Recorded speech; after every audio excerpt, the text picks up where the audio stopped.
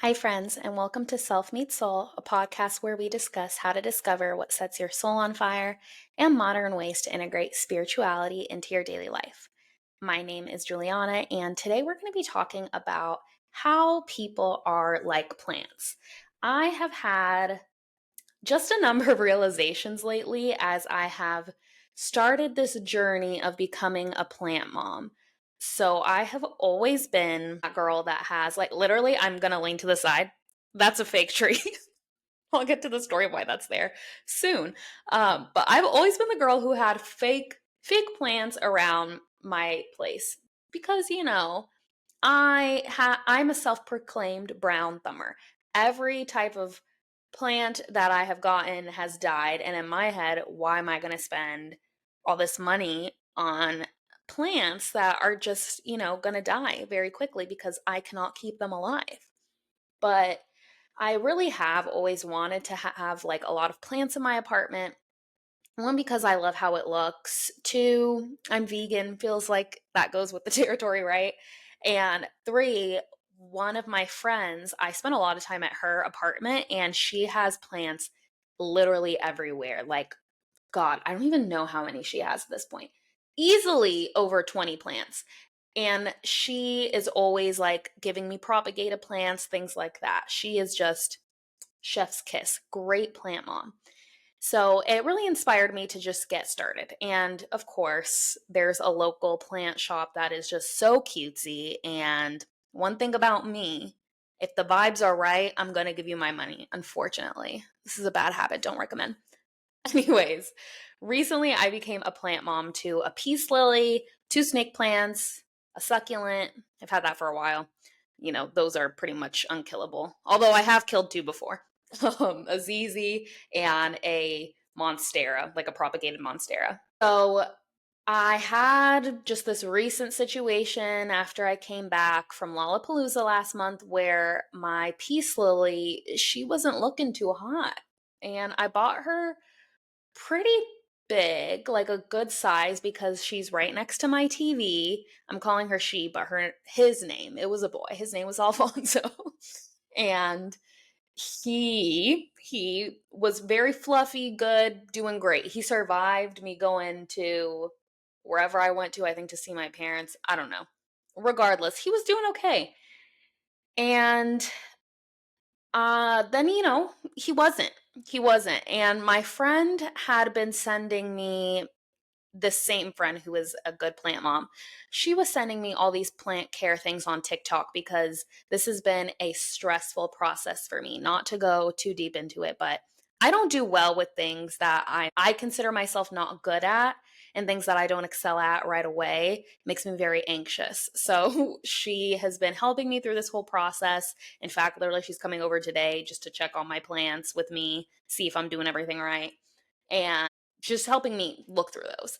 And so she's sending me these TikToks so that I can feel a little better. And these TikToks are actually spitting fire, not just about plant care itself, but it literally like caused me to have this epiphany about how people are just like plants.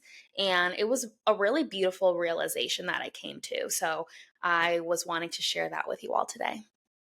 So, getting into how people are like plants. First off, growth. So, both plants and people are capable of growing. And just like plants that are out in nature or the plants that are in your home, you can't force yourself or someone else to grow. I think we've unfortunately all been in that situation where there's someone in our lives who we, just to be flat out honest, like we want to change. Not we want to change who they are, but little aspects about themselves or little things that they do that you're like, oh, I want the best for you. I want you to grow. So I want you to change this behavior into something else. Maybe you have a friend who doesn't take work that seriously, right? Maybe they kind of slack off a lot or they aren't responsive to their boss. They kind of say some problematic things, do things in the office, things like that. And you're like, okay, you cannot be acting like this. You got to be professional. This is the workplace. Just an example, right? That person is not going to do that just because you told them to. You cannot force them to make that change. In this case, you cannot force them to grow. My personal favorite, which I've had this situation many a times, is that your friend is in a relationship with someone where you are seeing things that this friend isn't seeing. Granted, we all only know one part of other people's relationships. We don't see the full picture. But that doesn't mean that you don't have, your opinions on things, right? So maybe you have that friend and they're having issues with their significant other, and maybe you put in your 2 cents to kind of give them that push to, leave the nest, go on their own, things like that. But maybe they won't do it. Or maybe they do break up with that person and then they get back together again, and it's a breakup makeup situation. I'm sure all of you know someone who has done that in your life. And as you've probably learned by now, you cannot force someone to break up with someone until they are ready. No one can make these decisions in their life to change whatever they're doing in order to make themselves grow just because you want them to. It has to come from within. As much as I should grab this plant. You know what? I'm going to grab this plant. So for those of you who are watching this in video, you can see this plant right here.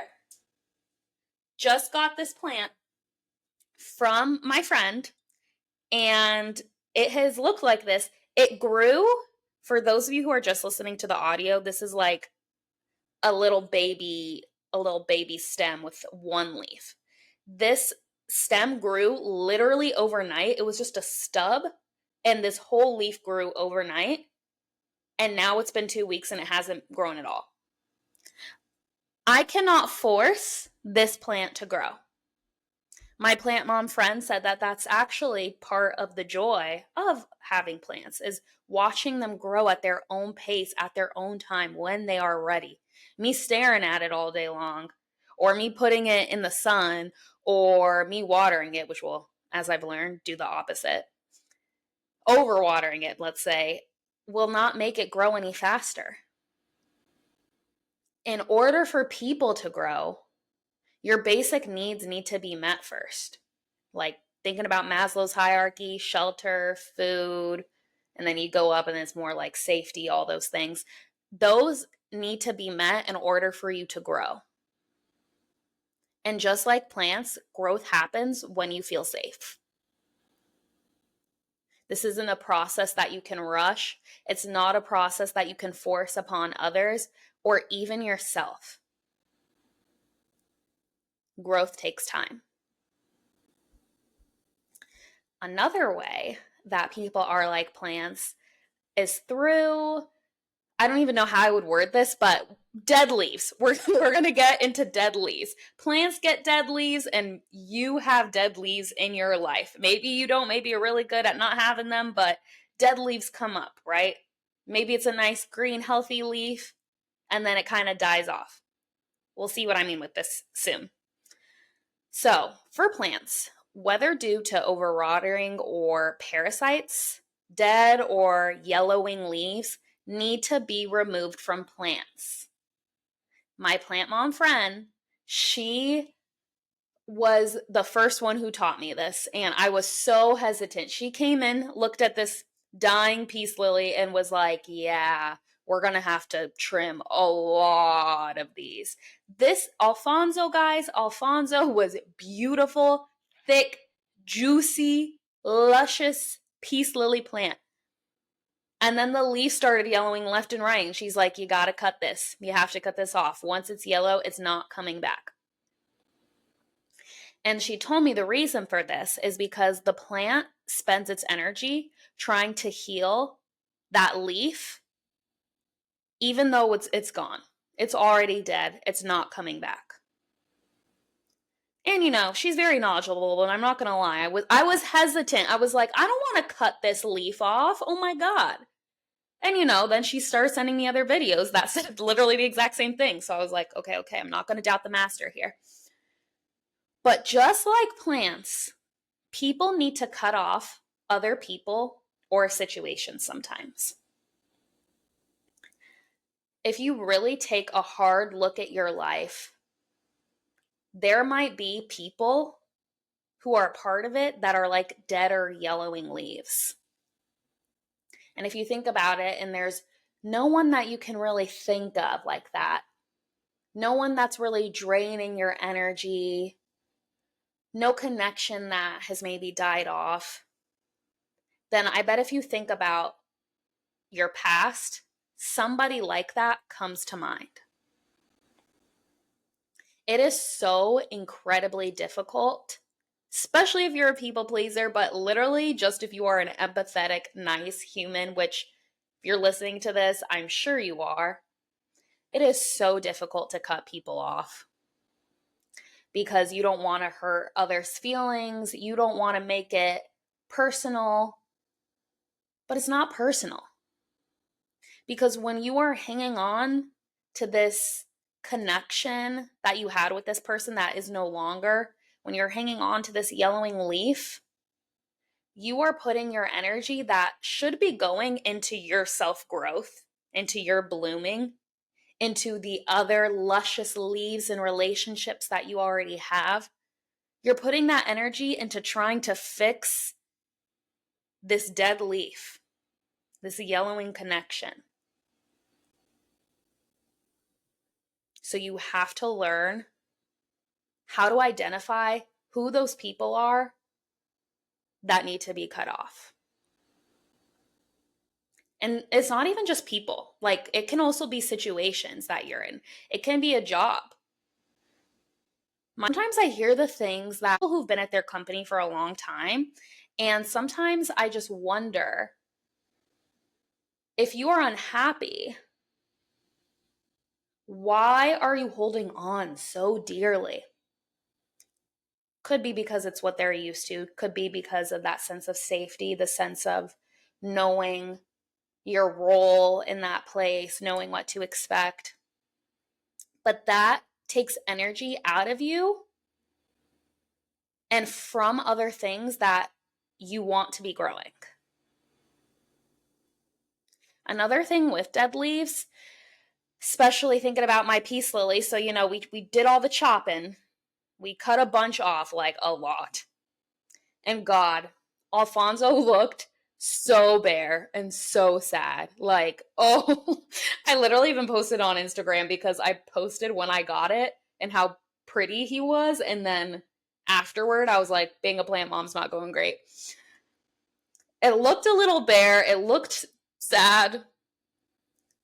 But if I didn't do that, the plant wouldn't have been given the space to heal and to grow again. It might be sad. It might be hard. You might feel maybe even sometimes a sense of loss, whether that's with your purpose, if you're cutting off some situations, or just a relationship loss because maybe you ended a relationship, whether that's a, platonic or romantic one. It can feel like that for a while. That is totally normal. But by doing that, you'll then be given the space to heal and grow again. Another way that people are like plants is because of our need for connection. So plants bloom when receiving love and care. If I straight up ignore, especially the peace lily, some of these other ones I have, snake plant, diseasey, I was told they like a little bit of neglect. Just a different story, but especially this peace lily that's been going through it and caused me to have this whole epiphany.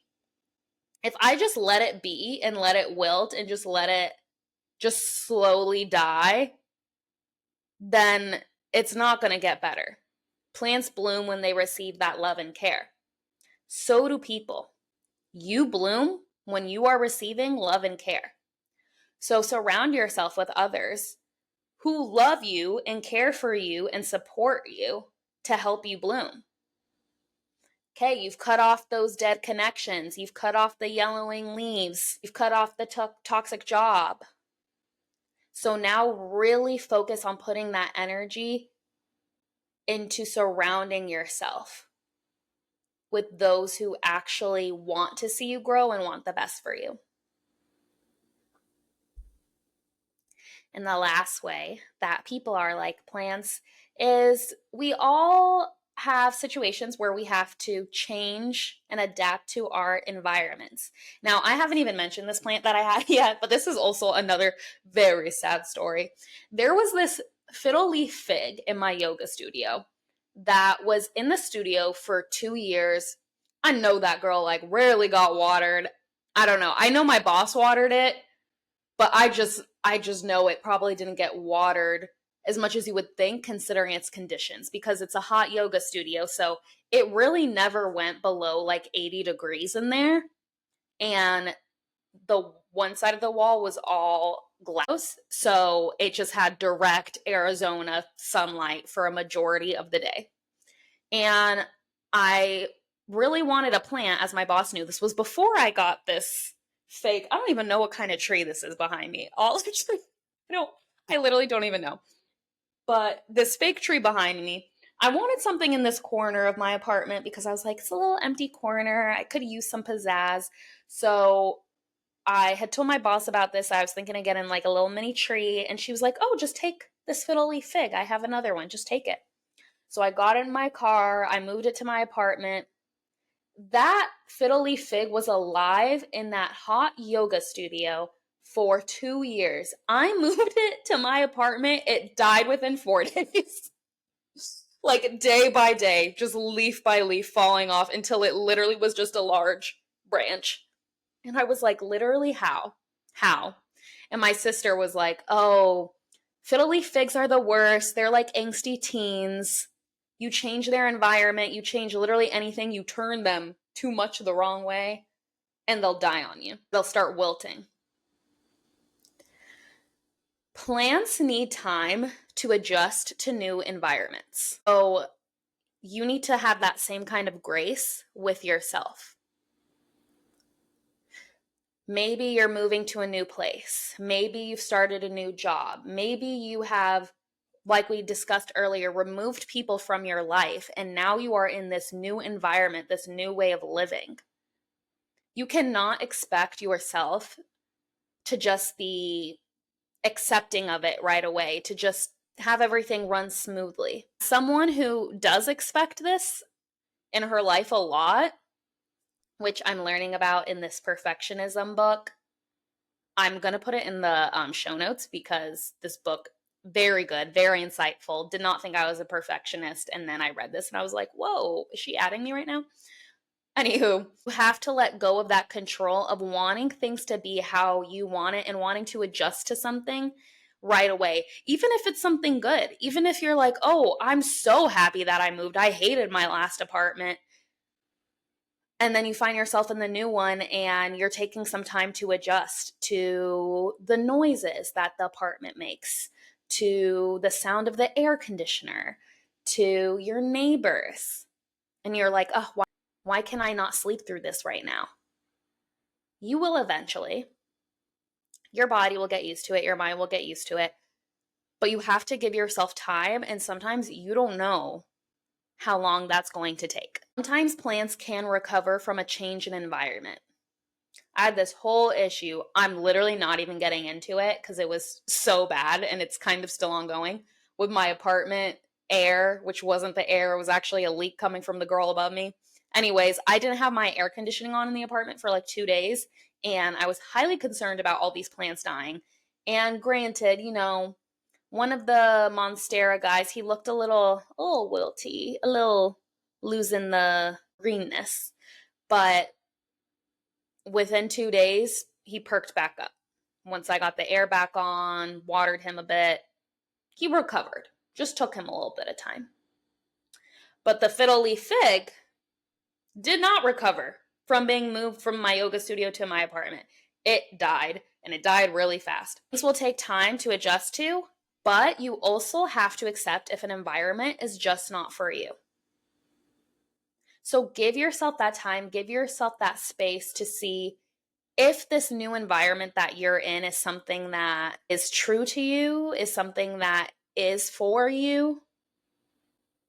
And it might not be. It might just be a little stop on your path, and then you just move on from it because it's not for you. I think that if we can think of ourselves and who we are and who we want to be and just how we want to grow, just like plants, we might give ourselves a little more grace than we tend to.